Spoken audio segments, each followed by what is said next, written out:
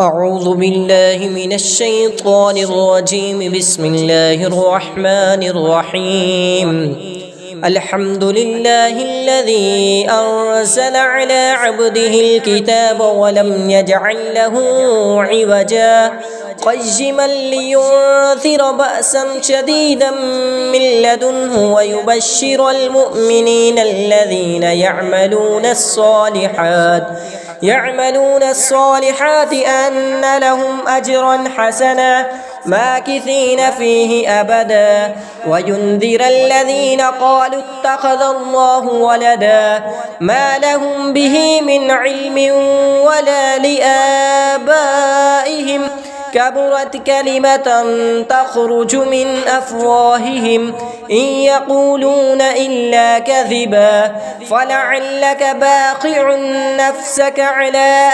آثارهم إن لم يؤمنوا بهذا الحديث أسفا إنا جعلنا ما على الأرض زينة لها لنبلوهم أيهم أحسن عملا وإنا لجاعلون ما عليها صعيدا جرزا أم حسبت أن أصحاب الكهف والرقيم كانوا من آياتنا عجبا إذ أوى الفتية إلى الكهف فقالوا ربنا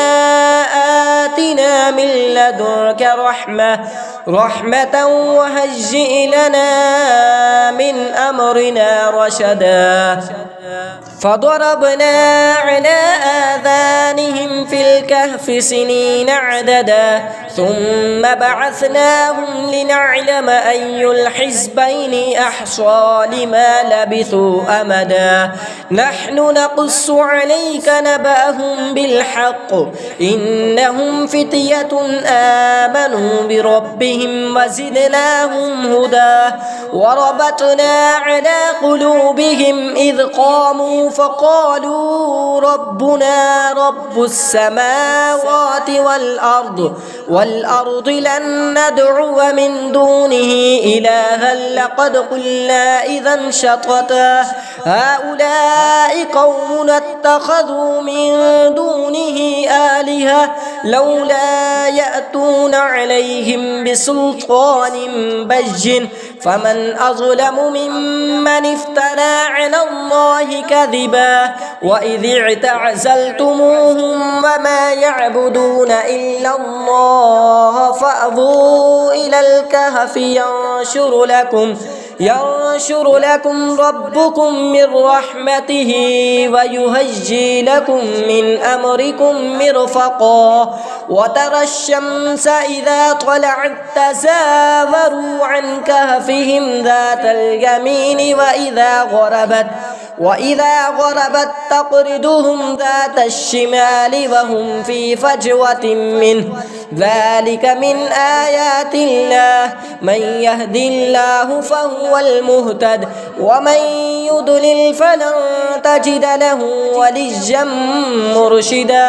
وتحسبهم أيقاظا وهم رقود ونقلبهم ذات اليمين وذات الشمال وكلبهم باسط ذراعيه بالوصيد لو اطلعت عليهم لوليت منهم فرارا ولملئت منهم رعبا وكذلك بعثناهم ليتساءلوا بينهم قال قائل منهم كم لبثتم قالوا لبثنا يوما أو بعد يوم قالوا ربكم أعلم بما لبثتم فابعثوا أحدكم بورقكم هذه إلى المدينة فلينظر أيها أزكى طعاما فليأتكم برزق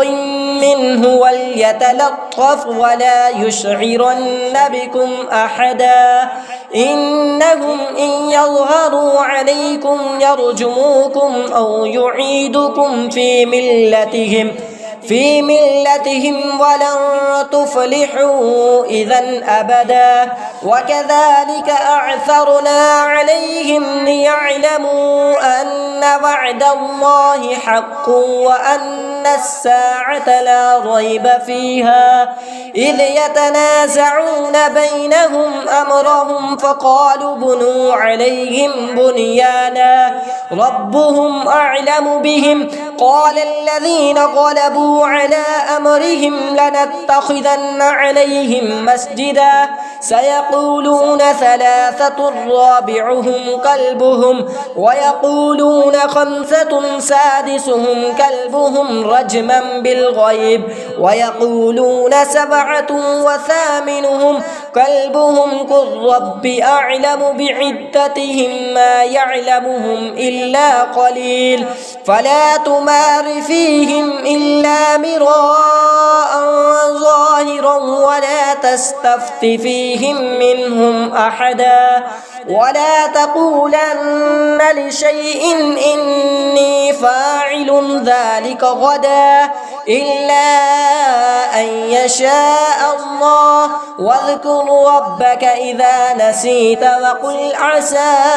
أن يهديني ربي ليقرب من هذا رشدا ولبثوا في كهفهم 300 سنين وازدادوا 9 قل الله أعلم بما لبثوا له غيب السماوات والأرض أبصر به وأسمع ما لهم من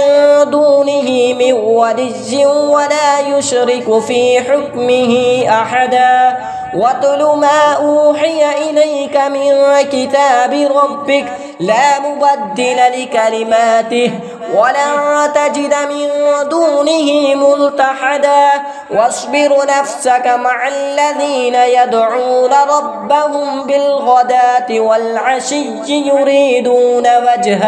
وجهه ولا تعد عيناك عنهم تريد زينة الحياة الدنيا ولا تطع من أغفلنا قلبه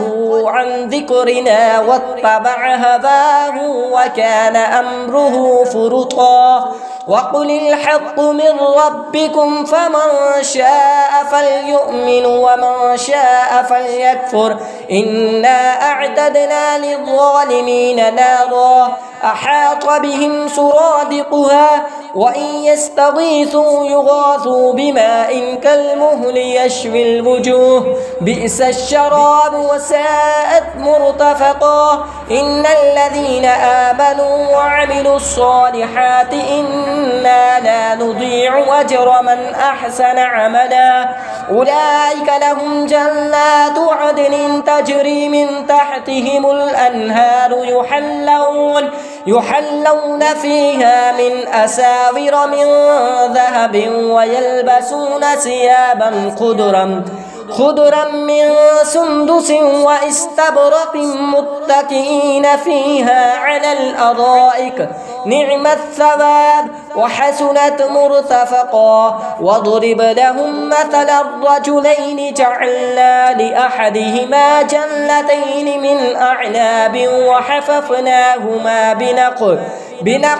وجعلنا بينهما زرعا كلتا الجنتين آتت أكلها ولم تظلم منه شيئا وفجرنا خلالهما نهرا وكان له ثمر فقال لصاحبه وهو يحاوره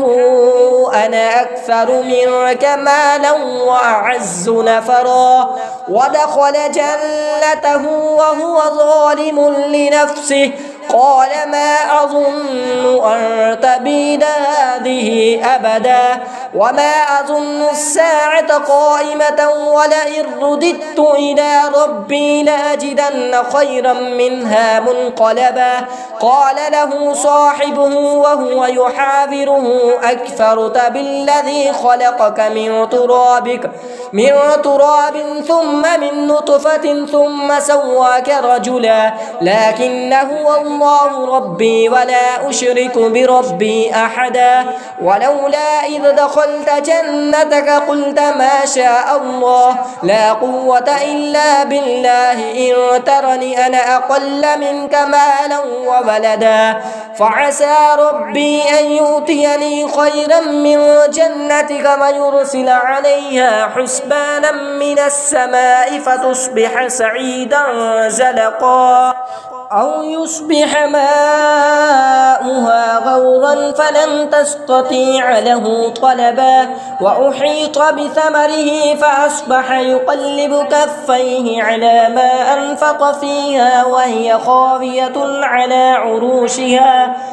عروشها ويقول يا ليتني لم أشرك بربي أحدا ولم تكن له فئة ينصرونه من دون الله وما كان منتصرا هنالك الولاية لله الحق هو خير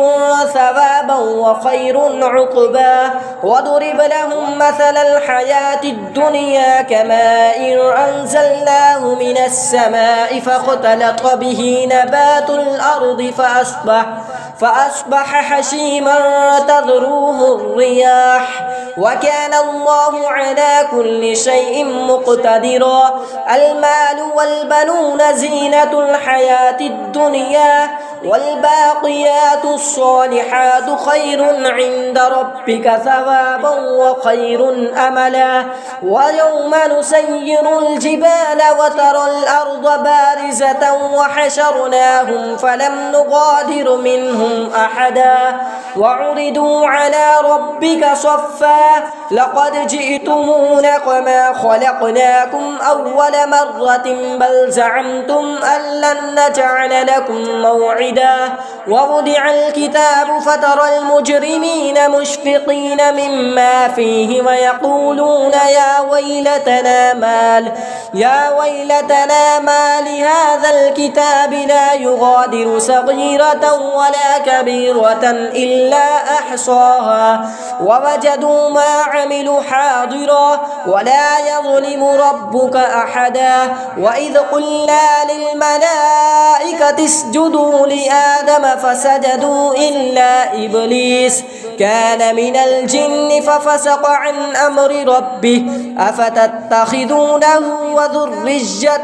أولياء من دوني وهم لكم عدو بئس للظالمين بدلا ما أشهدتهم خلق السماوات والأرض ولا خلق أنفسهم وما كنت متخذ المضلين عددا ويوم يقول نادوا شركائي الذين زعمتم فدعوهم فلم يستجيبوا لهم وجعلنا بينهم موبقا ورأى المجرمون النار فظنوا أنهم واقعوها ولم يجدوا عنها مصرفا ولقد صرفنا في هذا القرآن للناس من كل مثل وكان الإنسان أكثر شيء جدلا وما منع الناس أن يؤمنوا إذ جاءهم الهدى ويستغفروا ربهم إلا أن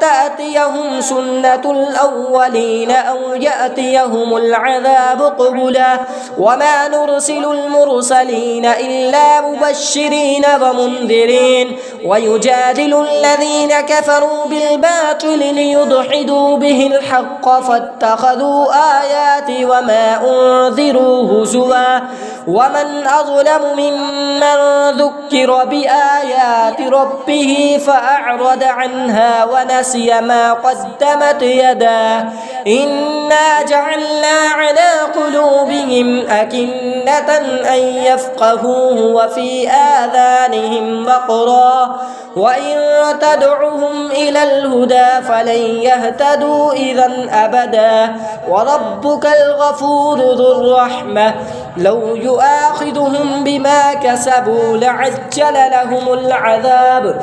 بل لهم موعد لن يجدوا من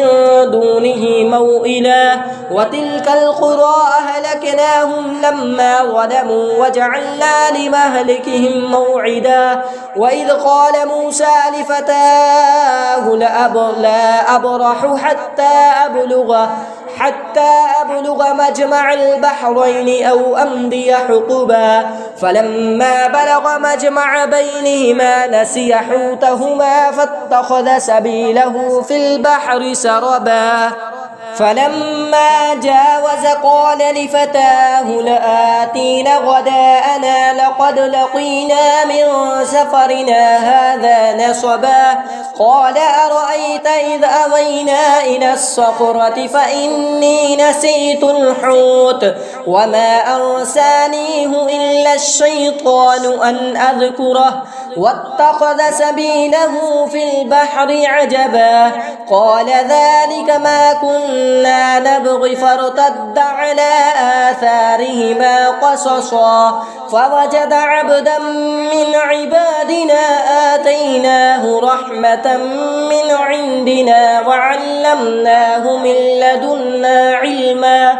قال له موسى هل أتبعك على أن تعلمني مما علمت رشدا قال إنك لن تستطيع معي صبرا وكيف تصبر على ما لم تحط به خبرا قال ستجدني إن شاء الله صابرا ولا أعصي لك أمرا قال فإن اتبعتني فلا تسألني عن شيء حتى أحدث لك منه ذكرا فانطلقا حتى إذا ركبا في السفينة خرقها قال أخرقتها لتغرق أهلها لقد جئت شيئا إمرا قال ألم أقل إنك لن تستطيع معي صبرا قال لا تؤاخذني بما نسيت ولا ترهقني من أمري عسرا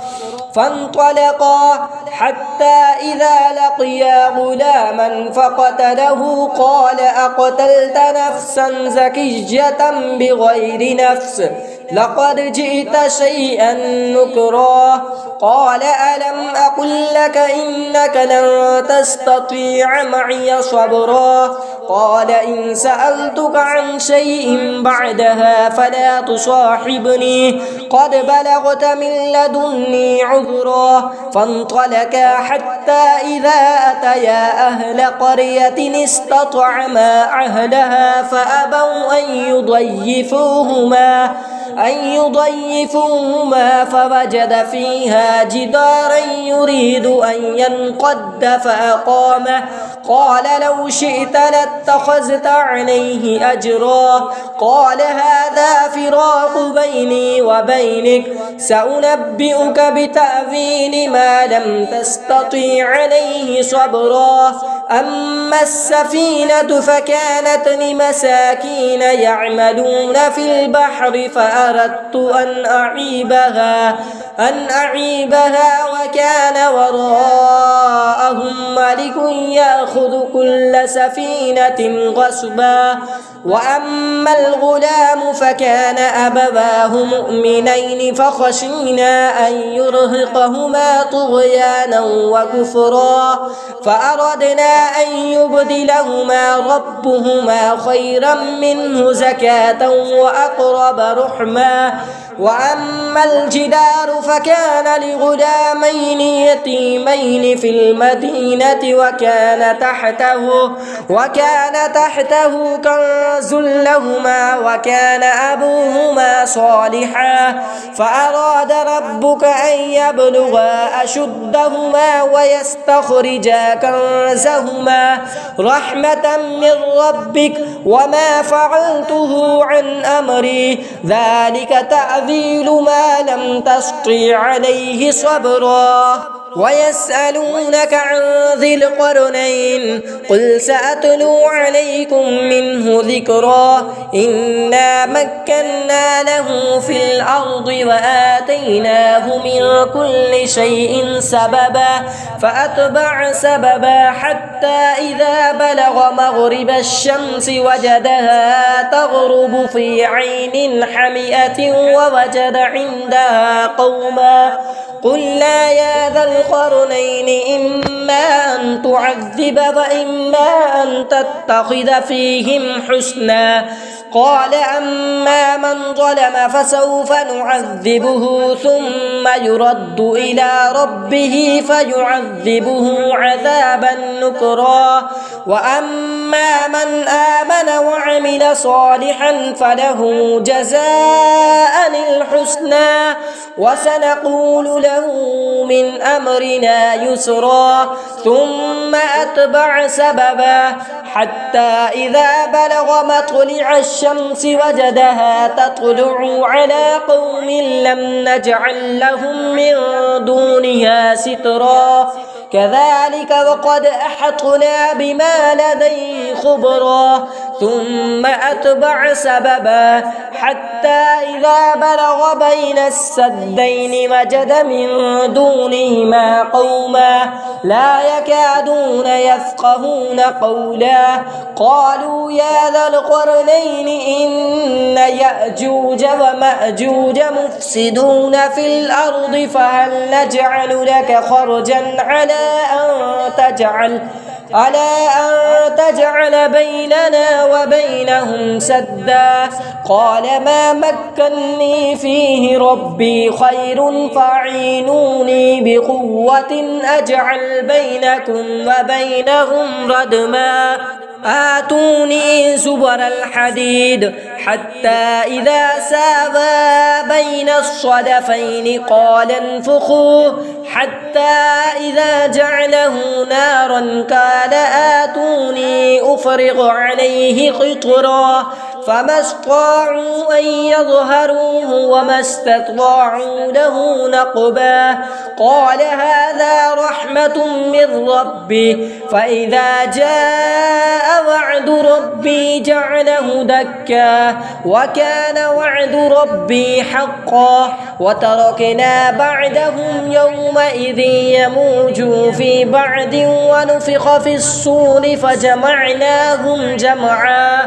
وعرضنا جهنم يومئذ للكافرين عرضا الذين كانت أعينهم في غطاء عن ذكري وكانوا لا يستطيعون سمعا أفحسب الذين كفروا أن يتخذوا عبادي من دون أولياء إنا أعتدنا جهنم للكافرين نزلا قل هل ننبئكم بالأخسرين أعمالا الذين ضل سعيهم في الحياة الدنيا وهم يحسبون أنهم يحسنون صنعا أولئك الذين كفروا بآيات ربهم ولقائه فحبطت أعمالهم فلا نقيم لهم يوم القيامة وزنا ذلك جزاؤهم جهنم بما كفروا واتخذوا آياتي ورسلي هزوا إن الذين آمنوا وعملوا الصالحات كانت لهم جنات الفردوس نزلا قل خالدين فيها لا يبغون عنها حولا قل لو كان البحر مدادا لكلمات ربي لنفد البحر قبل أن تنفد كلمات ربي ولو جئنا بمثله مددا قل إنما أنا بشر مثلكم يوحى إلي أنما إلهكم إله واحد فمن كان يرجو لقاء ربه فليعمل عملا صالحا ولا يشرك بعبادة ربه أحدا.